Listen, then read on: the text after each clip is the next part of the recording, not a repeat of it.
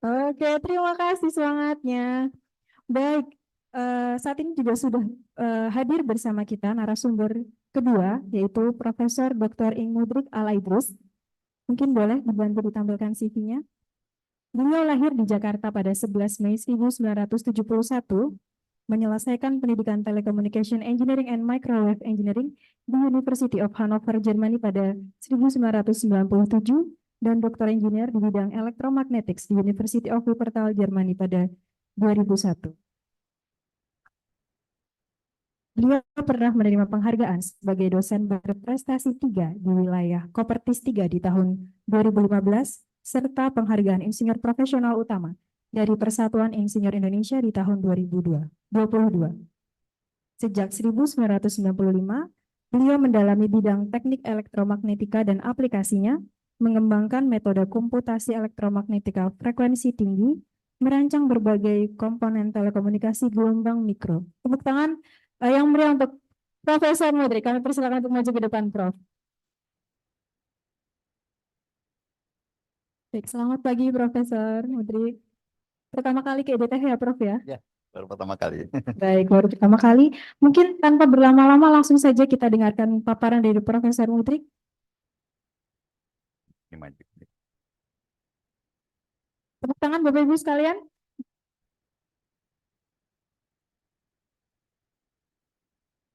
Dites dulu. Oh boleh Prof dites dulu atau mungkin nanti panitia bisa sambil membantu kalau Ya, tidak bisa di next ya slide-nya. lasernya nggak ada ya? Ada. Yang depan. Oh iya, nggak begitu kelihatan, nggak apa-apa ya. Nah, baik, terima kasih.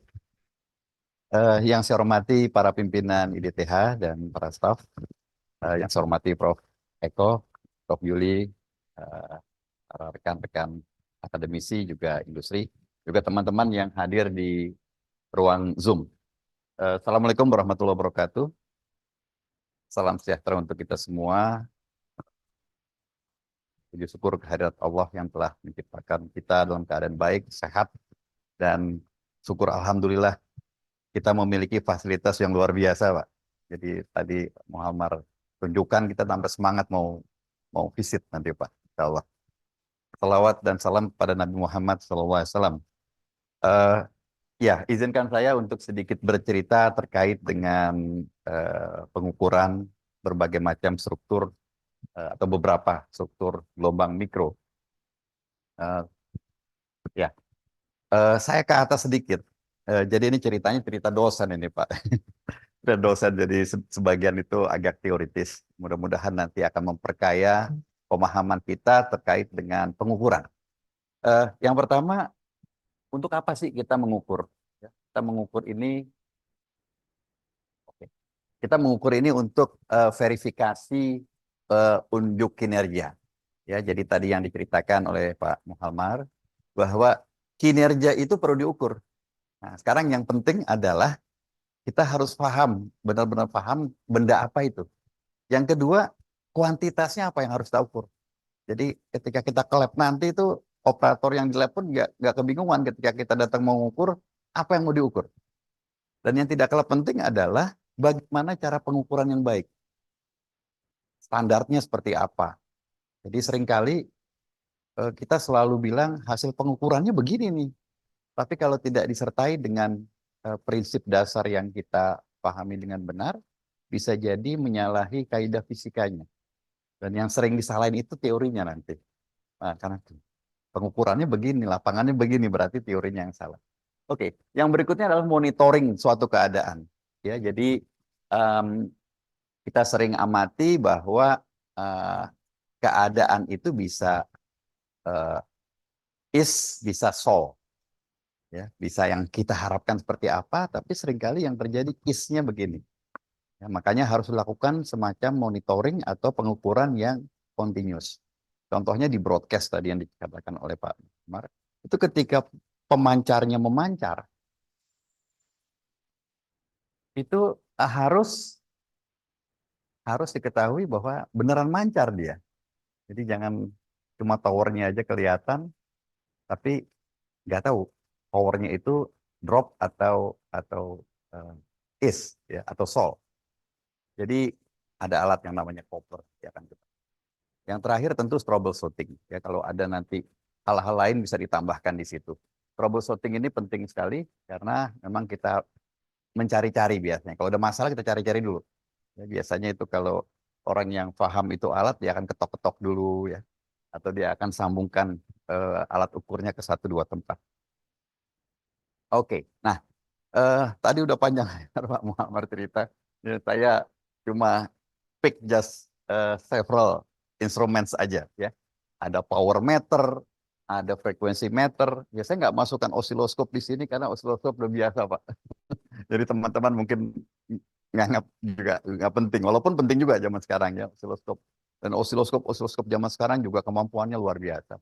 Beda dengan yang kita kenal 20 tahun lalu ya. Nah, di sini ada beberapa, itu spectrum analyzer misalnya yang pada dasarnya cara kasar. Kita bisa bilang kombinasi antara power meter dan frequency meter. Itu spectrum analyzer. Walaupun power meter itu lebih presisi. Yang berikutnya VNA, Vector Network Analyzer. Ya, jadi hari ini sebenarnya yang saya bahas cuma VNA aja. Eh, yang lain hanya saya singgung seperti ini. Vector Signal Analyzer, Noise Figure Meters. Ya, itu ada berbagai macam alat. Eh, ya tentunya kalau kita ingin discuss lebih panjang itu bisa berhari-hari berbulan-bulan mungkin ya karena berbagai macam alat-alat seperti itu apalagi detailnya itu tidak akan bisa kita bahas dalam hitungan waktu 40 sampai 60 menit.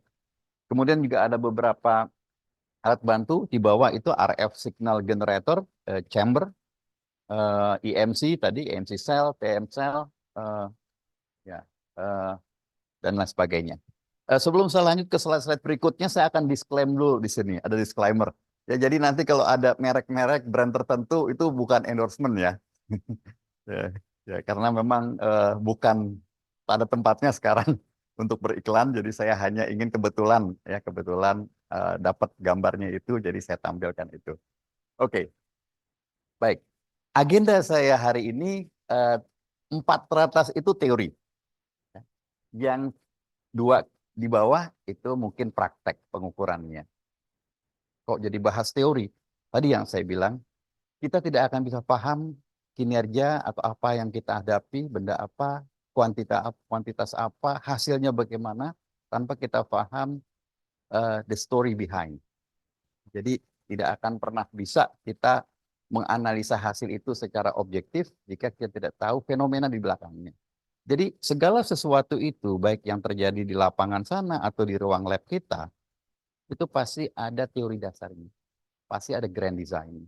Nah, kita sepakat semua kalau electromagnetics, kalau telekomunikasi, wireless itu pasti teori dasarnya persamaan Maxwell.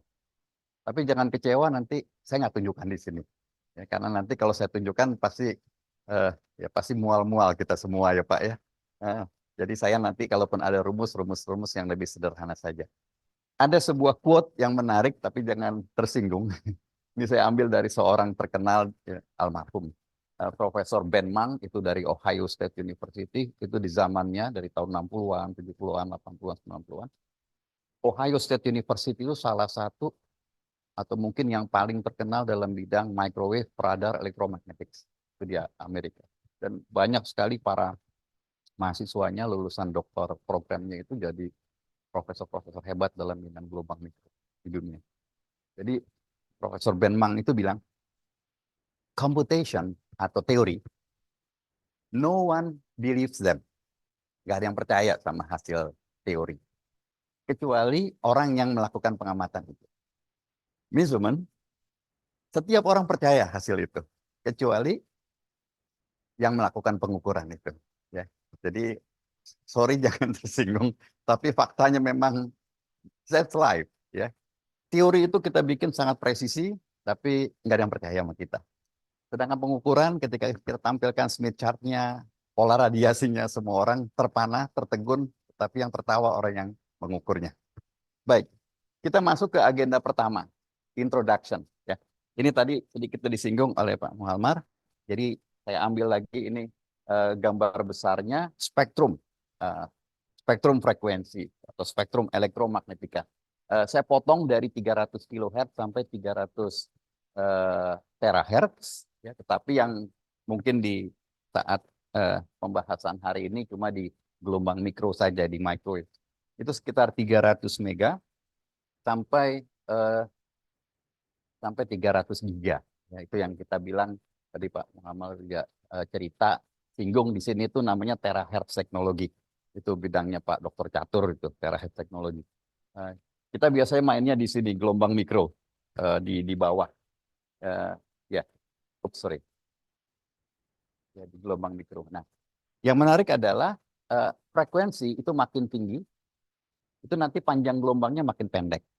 Ya, jadi kalau kita mainnya di FM, ya kalau Ibu Bapak bikin struktur FM, itu antenanya besar-besar. Ya, barangkali kayak jemuran gitu besar. Tapi begitu kita pakai frekuensi yang lebih tinggi, WiFi misalnya, itu panjang gelombangnya nanti hanya sekitar 12 cm. Jadi antenanya tuh in order of 12 cm. Ya barangkali 6 cm, 7 cm. Kalau kita naik lagi ke atas, ke apa yang kita sebut dengan millimeter wave, saat ini tuh yang banyak dipakai millimeter wave, di 5G dipakai, tapi tidak terlalu sering. Kita bilangnya WiGig. Wi-Fi pada frekuensi 60 giga. Ya, 60 giga itu kalau kita hitung ya, rumusnya itu lambda sama dengan C per F gitu ya. Ini rumus pertama ini. Lambda sama dengan C per F. Itu kalau kita bagi sekitar 10 cm, 10 mili. Makanya kita bilang millimeter wave, kalau 60 giga itu 5 mili. Jadi antenanya itu mungkin ukurannya sekitar 2 mili, 3 mili. Jadi makin frekuensinya kecil itu makin eh, komponennya makin kecil. Oleh sebab itu karakteristik dari gelombang mikro atau frekuensi tinggi itu miniaturisasi. Ya, jadi nanti ibu bapak itu akan mampu ketika frekuensinya tinggi itu bisa bikin antena dalam bentuk array, dalam bentuk banyak. Ya. Kalau udah banyak itu nanti otomatis gainnya tinggi. Tadi disinggung gain itu mainnya di mana? Mainnya di EIRP. Jadi hasil kali antara uh, uh, transmit power ya, power pancar dengan gain. Sebenarnya penting itu. Yang penting itu bukan hanya power, tapi hasil kali antara power dengan gain. Itu yang harus diawasi. Ya, jangan sampai nanti powernya berapa? Powernya cuma 1 watt, 3 watt. Tapi gainnya kenceng. Ya, itu juga bisa mengganggu atau terjadi nanti interferensi. Karakteristik kedua dari gelombang mikro adalah very broad bandwidth. Ya, tersedia di spektrum yang tadi saya tampilkan. Ya. Jadi kalau frekuensinya under 3 giga itu udah full. Ya, itu wilayah yang sudah kacau balau lah ya. Yang mungkin nanti Kominfo itu ribet lah di situ. Di bawah 6 juga sudah mulai full. Tapi ketika kita naik ke atas, itu masih kosong. Tersedia ruang yang sangat lebar. Kenapa sih kita pakai bandwidth yang lebar? Ya, ini istilah bandwidth elektro ya, jangan bandwidth orang IT. Ada orang IT di sini. Jadi kadang-kadang tuh berkelahi kita. Dia bilang bandwidth itu Mbps. Kalau orang elektro bilang bandwidth itu lebar pita frekuensi. Ya kita sepakat elektro aja ya. Jadi bandwidth itu lebar frekuensi, lebar pita frekuensi, sebanding dengan data rate memang. Nah data rate itu yang orang IT bilang bandwidth. Ya sebenarnya data rate itu kecepatan transfer data. Itu yang kita bilang dalam satuan Mbps. Ya, jadi teori sederhananya, kalau kita punya 1 MHz, maka kita bisa menciptakan 1 Mbps. Nanti tergantung uh, modulasinya apa akan kita tingkatkan. Atau kalau ibu bapak bikin antenanya dalam bentuk MIMO itu bisa ditingkatkan. Tapi basicnya itu begitu. 1 Hz itu jadi 1 Bps. Makanya eager sekali kita semua itu menggunakan aplikasi yang broadband, yang menggunakan frekuensi pita frekuensi lebar dan sangat lebar. Dan itu tersedia sangat besar, sangat banyak. Ya contohnya kalau kalau di frekuensi 60 giga itu kita punya 1% saja. Ya biasanya kita tuh bilangnya relatif bandwidth. 1% saja itu sudah 600 MHz. 600 MHz ini impossible ketika ibu bapak ngomong di frekuensi rendah. Nggak ada yang punya segitu. Udah kredit semua. Jadi eh, luar biasa karakter frekuensi tinggi. Yang ketiga, dan ini yang menarik, adalah peredaman yang tinggi. Jadi ini saya ambil dari ITU, di bawahnya tuh ada tandanya mungkin ketutup sama ini nih, sama punyanya Zoom ya. Di situ ada saya ambil dari ITU. Jadi gambar ini ya sumbu horizontal itu frekuensi, sumbu vertikal itu attenuation, peredaman. Dan ya katakanlah saya ambil yang warna biru ya, atau yang warna merah lah. Yang warna merah itu naik, terus puncak turun lagi, agak sedikit naik lagi. Ya. Nah, makin ke atas itu peredamannya makin tinggi. Jadi saya andaikan lah, peredamannya misalnya sekitar 1 dB di atas ini, 1 dB per kilometer. Jadi kalau 3 kilometer itu 3 dB. 3 dB itu artinya powernya setengah hilang. Nah, kalau ibu bapak lihat yang warna biru pada frekuensi 60 giga, itu yang paling atas itu warna biru, itu barangkali sekitar katakanlah 15 dB. Ya 15 dB itu kalau kita 1 kilometer ya 15 dB tinggal berapa itu. Jadi peredamannya luar biasa. Artinya memang pada saat frekuensi 60 giga, kita tidak akan bisa melakukan komunikasi jarak jauh. Ya, aplikasinya itu yang namanya short range communication. Ya, berguna juga. Jadi ketika peredaman tinggi itu jangan dibilang tidak berguna. Justru berguna untuk natural, ya, untuk menghindari interferensi secara natural. Tidak perlu pakai teknik lain, cukup alam yang berikan, yang Maha Kuasa berikan untuk kita. Jadi peredaman yang tinggi. Dan di bawah saya tuliskan tambahannya itu bahwa interaksi antara gelombang elektromagnetika dengan material itu sangat intensif pada frekuensi tinggi. Oleh sebab itu ada banyak sekali aplikasi yang dipakai. Ya tadi interaksi antara tubuh manusia dengan gelombang elektromagnetik. Ya itu mungkin satu sisi itu ada negatifnya karena katanya ya ini bisa cancer. Ya. Dan itu sampai sekarang perdebatannya tidak pernah berakhir karena memang jawabannya belum ketemu. Tapi kalau takut ya mendingan nggak usah pakai handphone gitu akhirnya.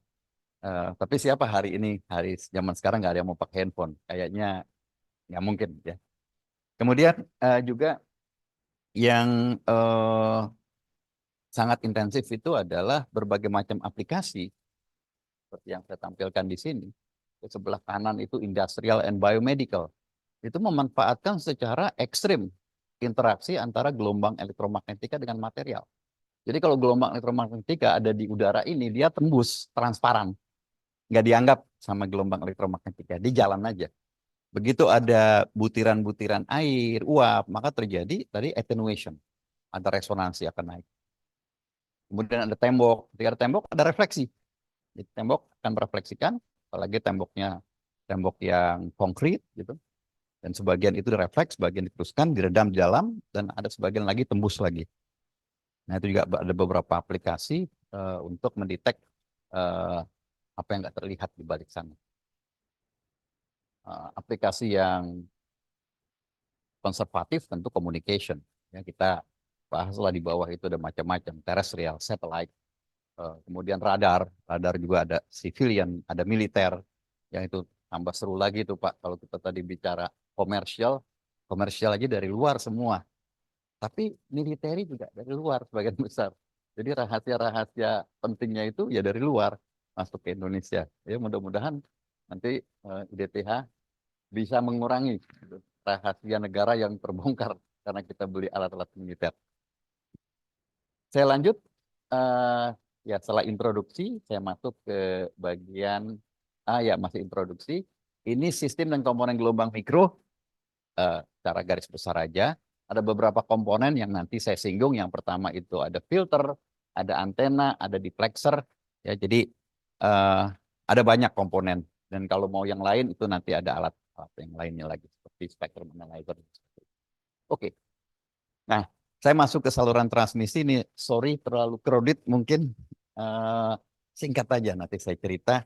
Ya, kalau ingin detailnya nanti bisa bikin workshop terpisah ya nanti Pak Catur yang bikin. Baik. Jadi saluran transmisi itu yang konservatif, yang konvensional ada double lines, kabel dua. Ya itu yang biasa kita kenal lah di rumah. Anak SD pun kenal, tarik kabel satu buat arus ke sana, tarik kabel ini buat arus balik. Arus double lines ini sudah hampir tidak dipakai di frekuensi tinggi karena memang uh, ya,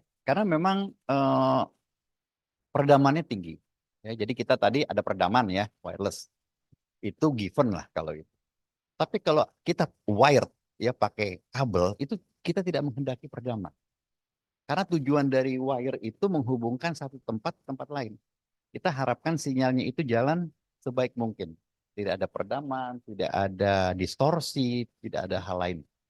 Oleh sebab itu jarang dipakai. Tapi masih dipelajari karena ini jadi basic gitu buat berikutnya. Jadi Bu Bapak, di sini saya gambarkan tegangan dan arus, is oke lah kita lupakan.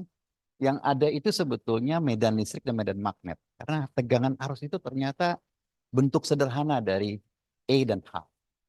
Tapi karena gampang kita dibohongin dulu gitu. Di semester 1, 2 ketika kuliah dibohongin dulu. Ini loh tegangan arus, sampai belajar berbagai macam pelajaran yang susah-susah. Tapi di semester 4 kita bilang, terus sebenarnya bohongan tadi tuh semester kemarin. Yang benar itu E dan H. E dan H itu adalah besaran yang hakiki dari sebuah gelombang elektromagnetik. Itu diturunkan menjadi medan listrik, medan magnet. Oke, jadi ada E dan H merambatlah dalam bentuk kerapatan daya atau pointing factor S. Di kabel koaksial, nah ini lebih menarik. Kabel koaksial itu lebih sering dipakai dan diciptakan luar biasa dengan atenuasi yang minimal. Dan ini dipakai, saya rasa di semua alat ukur yang nanti kita akan kunjungi itu kabel koax. Nah, kelebihan lain kabel koax adalah dia itu shielded, tertutup. Jadi gelombangnya nggak akan kemana-mana. Dia hanya kalaupun kurang beruntung gitu ya, di jalan ke sana oleh beban ini direfleksikan. Jenis berikutnya adalah microstrip lines. Ini juga sering dipakai karena murah meriah mungkin ya. Bisa dicetak dalam bentuk banyak. Bentuk medan listrik, medan magnetnya lebih kacau lagi. Dan yang sebelah kanan ini waveguide. Waveguide itu juga masih dipakai, terutama untuk berbagai aplikasi yang menggunakan power tinggi. Bentuk medan listrik, medan magnetnya seperti itu. Saya lanjutkan aja. Next-nya. Oke. Saya cerita refleksi pertama. Jadi kalau refleksi gelombang itu, kita memiliki saluran transmisi sebelah kiri atas. Itu saluran transmisinya masih double lines, karena sebagai model paling enak dia. Kemudian pada suatu tempat kita pasangkan sebuah komponen gelombang mikro. Apa yang terjadi?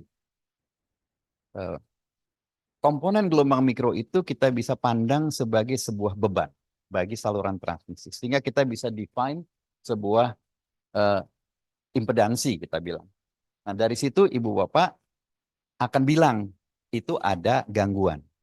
Segala macam gangguan bagi sebuah gelombang elektromagnetika yang merambat itu akan direpresentasikan dalam bentuk faktor refleksi.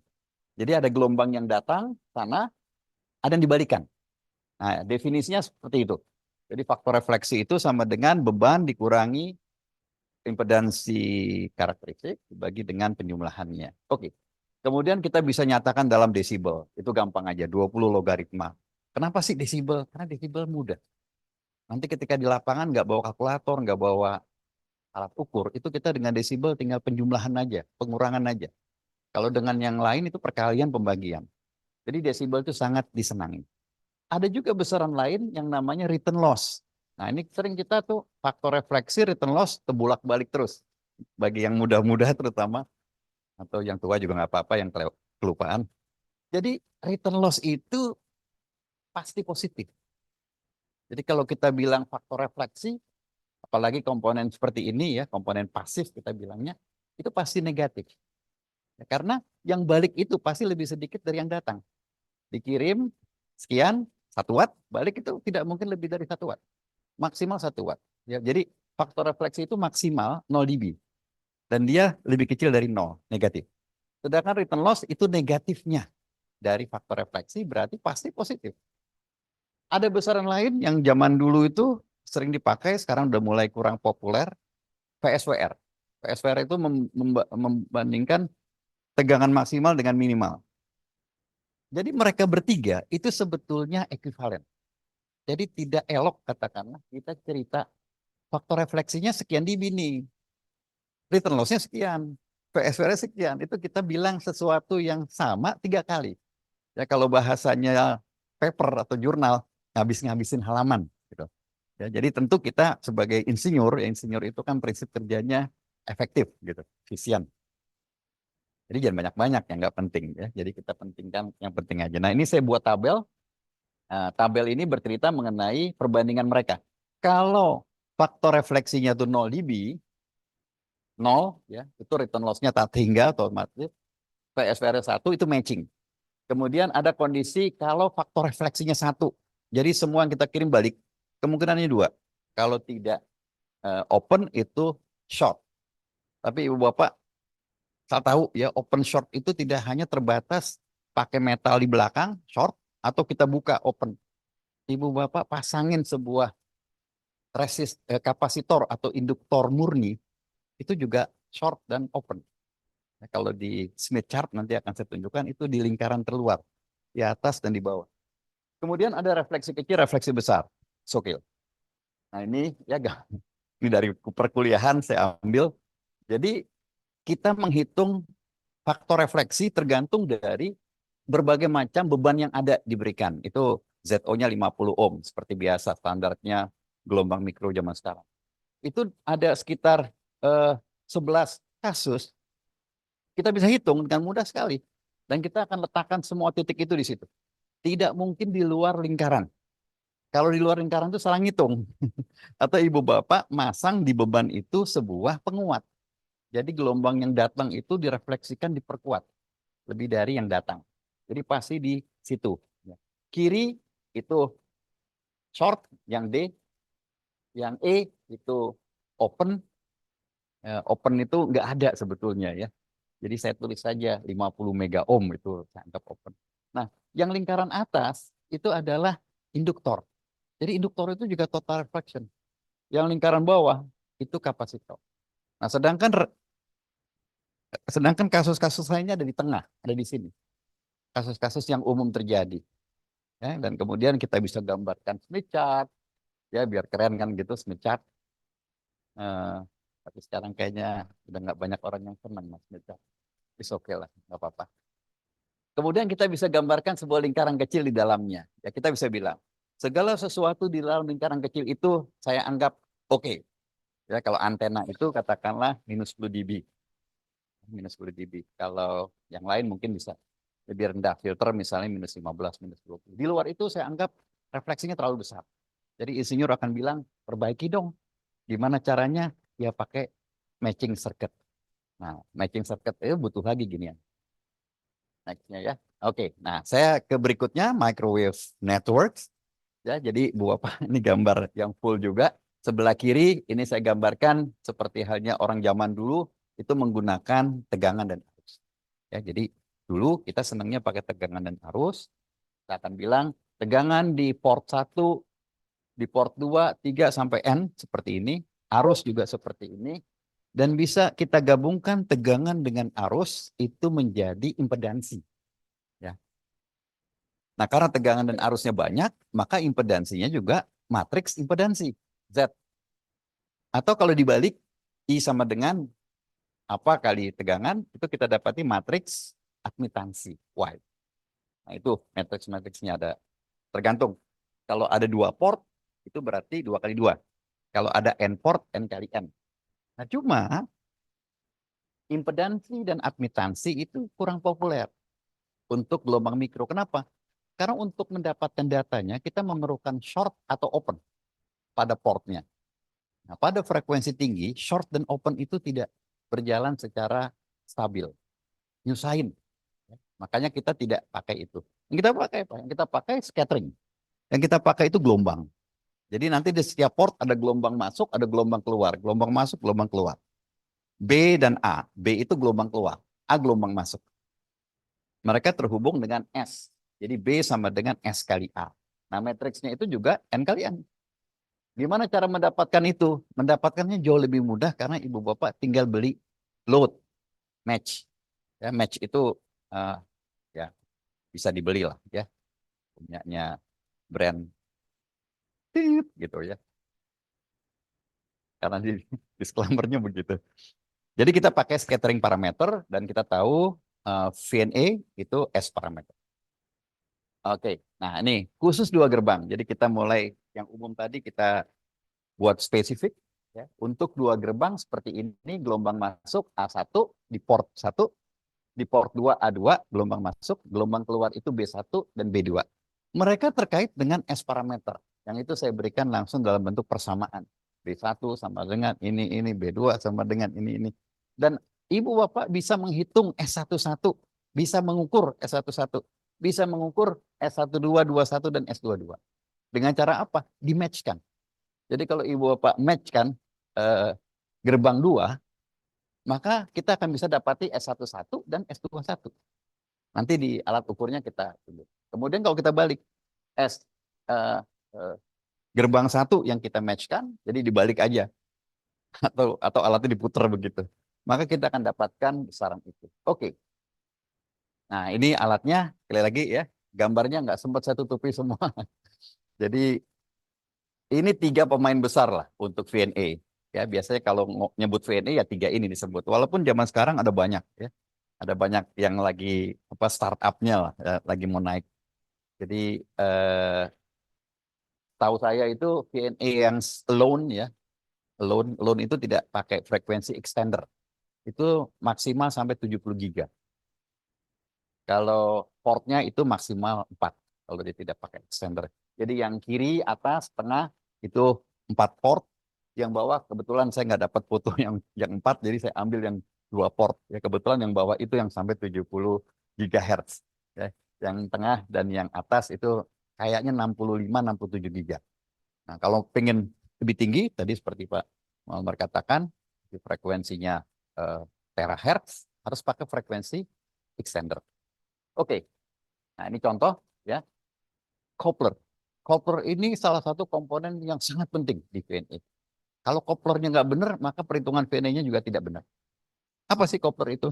Coupler adalah komponen atau alat gelombang mikro, komponen gelombang mikro yang memiliki 4 port in general. Ya, 4 port. Ada port 1 dan port 2, itu kita bilang jalur utama. Jadi coupler itu cukup unik. Gelombangnya kita masukkan di port 1 kita masukkan gelombangnya, dia memang akan terus ke gerbang keluaran, gerbang 2. Jadi kodratnya begitu, diloloskan dari 1 ke 2. Tetapi ada yang dikopel, ada yang digandeng. Sebagian kecil dari gelombangnya digandeng ke port 3. Jadi ada yang dibelokkan sedikit. Nah, di foto ini ya, di foto ini itu dibilang couple faktornya 20 dB. 20 dB itu artinya apa? Ya tinggal dihitung. 20 sama dengan 10 kali ini logaritma kan di 10 pangkatkan dan sebagainya, itu hasilnya 1%. Jadi coupler yang memiliki couple faktor 20 dB itu artinya dia akan mengkopel 1% energinya ke gerbang 3. Jadi kalau ibu bapak kirim katakanlah 1000 watt, nanti 900 1%, 100 watt lah. Jadi masukkan 100 watt, 99 watt akan dikirim ke gerbang 2. 1 watt akan dikopel ke gerbang 3. Buat apa? Buat melakukan pengukuran. Buat melakukan monitoring. Jadi selama alat ukur kita pasang di sini bilangnya 1 watt, maka dia akan bilang yang dikirim itu 99 watt. Ya, jadi dia prinsipnya menggunakan seperti itu. Tentunya koplernya harus benar. Nah, ini ada hukum tekanan energi bahwa gelombang yang kita masukkan itu akan splitted menjadi S11 kuadrat, S21 kuadrat, S1 kuadrat. Karena ada 4 gelombang. S11 itu menyatakan gelombang yang balik. Tidak ada alat yang sempurna. Walaupun sudah terkonfirmasi oleh IDTA, dia akan bilang gitu, faktor refleksinya sekian. Oh, ternyata 0,01%. Itu oke. Harus diberitahu di datasheetnya itu harus lengkap. Tidak ada kata-kata faktor refleksinya 0 gitu. Itu nonsen. Ya, tidak ada yang 0. Jadi ada S11 itu yang balik. S21 itu yang lanjut. Nah, itu katakanlah tadi 99%. Ada yang terkopel ke S31. Tadi sekian persen. Dan ada sebetulnya, bicara saya pelan aja biar nggak dengeran. Ada yang terisolasi itu datang juga. Harusnya dia juga 0. Ya, tapi pada prakteknya ada. Sama seperti refleksi. Dan pabrikan yang jujur harus ngomong. Itu ada besaran-besaran lain di bawahnya ya. Ada C, ada I, ada D. Ya mungkin nanti bisa dilihat.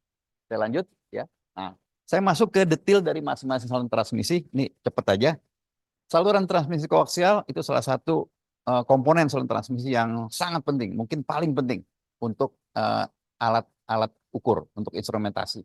Di sini saya tampilkan itu dari, ya saya lupa sumbernya, tipe-tipe kabel RG sampai bawah, RS, SR, ya. Itu dia bilang diameter kawat luar, diameter kawat dalam, kemudian ZO-nya, nah ini penting ZO. Jadi Ibu Bapak biasanya kalau aplikasi frekuensi tinggi itu 50 ohm gitu. Nah, yang tidak kalah penting tentu FC-nya. Ya, jadi kita jangan connect kabel koax yang batasan atasnya itu FC-nya itu lebih rendah dari sinyal yang kita pakai. Kenapa? Karena dia akan muncul higher order kita bilangnya. Ya, jadi kabel koax itu secara kodratnya kita ingin menggunakan sebagai TEM, transversal electromagnetic wave. Tapi kalau kita drive frekuensi ketinggian, dia akan tercipta higher order. Artinya apa? Nanti ketika di ujung sana, itu dia akan refleksi. Yang sebetulnya dibilang, ini bagus Pak kabelnya. PSWR sekian, iya Anda mendrive melebihi frekuensi yang diinginkan. Dan di sini kalau Bapak lihat ya, saya kasih warna hijau dan merah, itu ada yang merah itu diameternya besar. Dia biasanya diameternya besar, luar besar, dalam besar gitu. Nah, kalau besar mau besar, berarti nanti frekuensi cut-off-nya itu rendah. Nah, jadi memang ada nanti kabel koax yang presisi itu biasanya tipis-tipis. Nah, itu dia mampu untuk di-drive sampai frekuensi, let's say katakanlah 112 giga. Tapi biasanya harganya mahal. Oke, lanjut ya. Nah, ya, ini konektor yang biasa dipakai. Ya, mungkin nanti Ibu Bapak juga bisa lihat dan kita tahu bahwa itu beda-beda ketika ketemu masalah. Ya, ada yang rendah itu N konektor, yang biasa kita pakai itu N dan SMA biasanya. SMA itu sampai 25. Ada juga konektor 3,5 mm. Nah, itu yang lebih presisi. Ada 2,92 itu sampai 40 giga. Nah, dia mated ini. Konektor 2,92 dengan SMA dan 3,5 itu mated, akhirnya bisa diputer. Ya, bisa dipasangkan. Ya, jadi ada male and female di sini. Ada male laki-laki, ada perempuan, laki perempuan, tapi belum tentu mated. Udah jelas tuh N tuh nggak akan mated dengan SMA. Gedenya beda. Tapi SMA dengan 2,4 mm itu tidak mated. Kita mau puter-puter nggak akan bisa. Ya memang begitu dibikin. Kemudian 1,85 itu sampai 70 giga, itu mated dengan 2,4. Yang tidak mated dengan siapa-siapa itu 1,0 sampai 110 giga. Oke, lanjut. Nah, ini microstrip, saya juga cepat aja di sini. Ada materialnya, ada fundamental mode-nya, dan ada batasan. Jadi kalau kita drive itu microstrip yang tidak pada tempatnya gitu frekuensinya, maka akan terbangkitkan gelombang yang lebih tinggi. Oke, ini tadi coax sebagai alat sambung. Nah, ini katakanlah microstrip kita bisa connect seperti ini. Ya. Dan yang berikutnya waveguide segi 4 ya. Nah, ini saya lanjut aja. Nah, ini ada tabelnya dari EIA, itu X-band yang paling sering dipakai, V-band juga, frekuensinya juga kelihatan. Biasanya tuh ukuran penampangnya itu kalau makin kecil, maka frekuensinya makin tinggi. Ada beberapa tipe atau standarisasi sebelah paling kiri itu. Coba kita ingat-ingat itu. Oke, nah ini adaptornya ya, antara kabel coax dengan waveguide. Waveguide masih dipakai. Waveguide masih sangat sering dipakai untuk berbagai aplikasi. Kenapa ya? Karena kita bisa motong lebih gampang dibandingkan kabel coax. Dan kita bikin waveguide nggak bisa, tapi bikin kabel coax nggak bisa.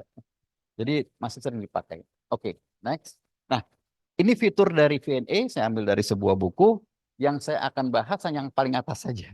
Jadi S parameter. Oke, nah ini prinsip dasarnya. Tadi saya bilang bahwa salah satu poin penting sebuah VNA adalah coupler. Coupler itulah yang akan meneruskan sinyal, akan menggandeng sinyal. Perbandingan antara yang diteruskan dengan yang digandeng, itu nanti akan menghitung S11 dan S21. Kalau dibalik, ada S12 dan S22. Oke, nah ini ternyata kita perlu calibration ya, karena VNA yang kita miliki itu hanya sebuah VNA real, bukan VNA ideal. Artinya memang perlu diatur gitu ya. Diatur kalibrasi itu penting supaya kita sepakat.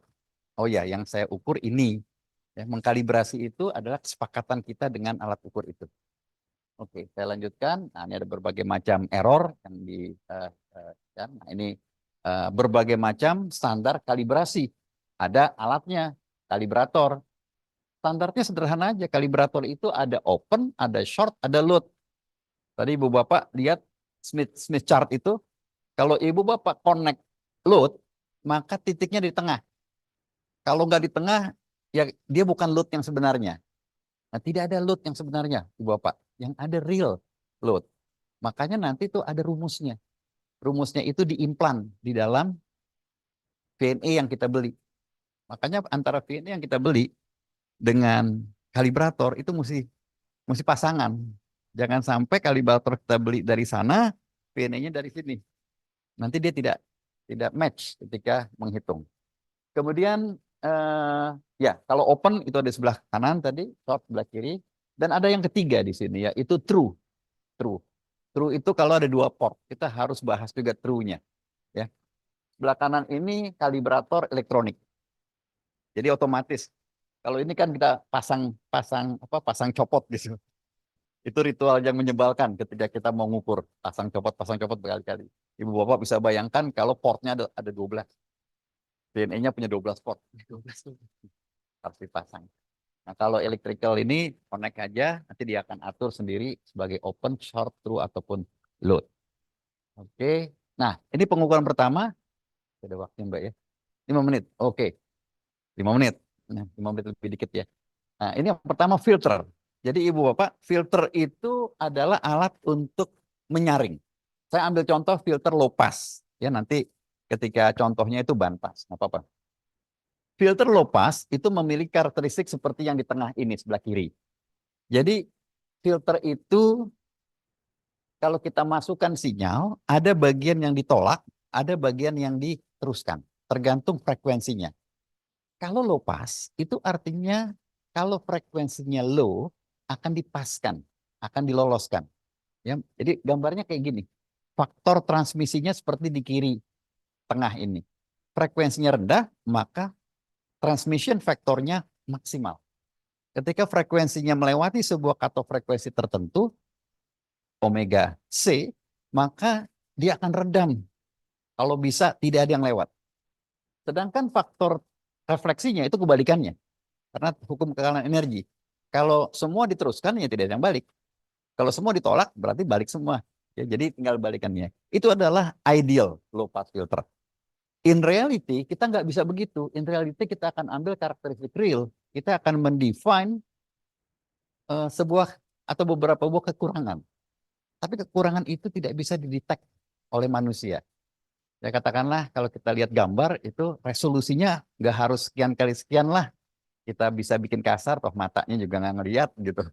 Ya, jadi itu yang dimainkan oleh para insinyur. Dan kita semua sepakat selama everything is okay, nggak ada yang komplain, berarti bagus. Apa yang diukur? Faktor refleksi, faktor transmisi, dan group delay. Ya ternyata ada satu lagi tuh, group delay. Group delay itu bilang bahwa gelombang yang kita teruskan itu jangan sampai terdistorsi. Kita lihat. Yang pertama, ini band pass filter. Oh ya, saya connect band pass filter yang terbuat dari waveguide ini dengan adapter yang tadi saya singgung. Kebetulan adapternya ini untuk WR28 Kuban yang bekerja pada frekuensi 26 sampai dengan 40 giga. Dan saya menggunakan TRL calibration. T itu true, kemudian R itu reflect, kiri kanan, dan yang L itu line. Saya tambahkan sepotong line. Dan itu saya lakukan kalibrasi di sini. Ini adalah reference plane-nya. Jadi kalau saya lakukan kalibrasi di situ, artinya saya akan mengukur nanti apa yang di situ. Jadi kalau saya connect filter seperti itu, itulah karakter dia. Oke, ini hasilnya. Ya, saya lanjut aja. Band pass filter, not very good, katakanlah ya, karena itunya tuh nggak rapi ini. Ini harusnya rapi. Jadi ke bawahnya tuh seragam, tapi mungkin udah agak tua kelihatan bentuknya udah agak hitam begitu ya. Jadi udah agak jelek. Saya lanjutkan, ya ini, oh ya, group delay. Jadi group delay-nya ini berlaku ketika passband, ketika di sini. Group delay di luar ini nggak penting, di sini nggak penting, nggak penting. Karena ketika kita loloskan itu, gelombangnya barengan nggak? Delay-nya sama nggak? Nah itu kita lihat di sini. sebelah kiri, kemudian sebelah kanan saya potong. Saya potong bagian M1, M2 saja, saya zoom.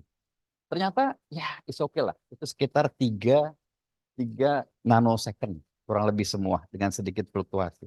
Jadi kita anggap filternya bagus. Selanjutnya, nah ini diplexer, ini kemudian diplexer microstrip. Saya lanjutkan, ini diplexer millimeter wave, waveguide. Yang saya connect, ya mohon maaf saya cuma punya VNA 2 port.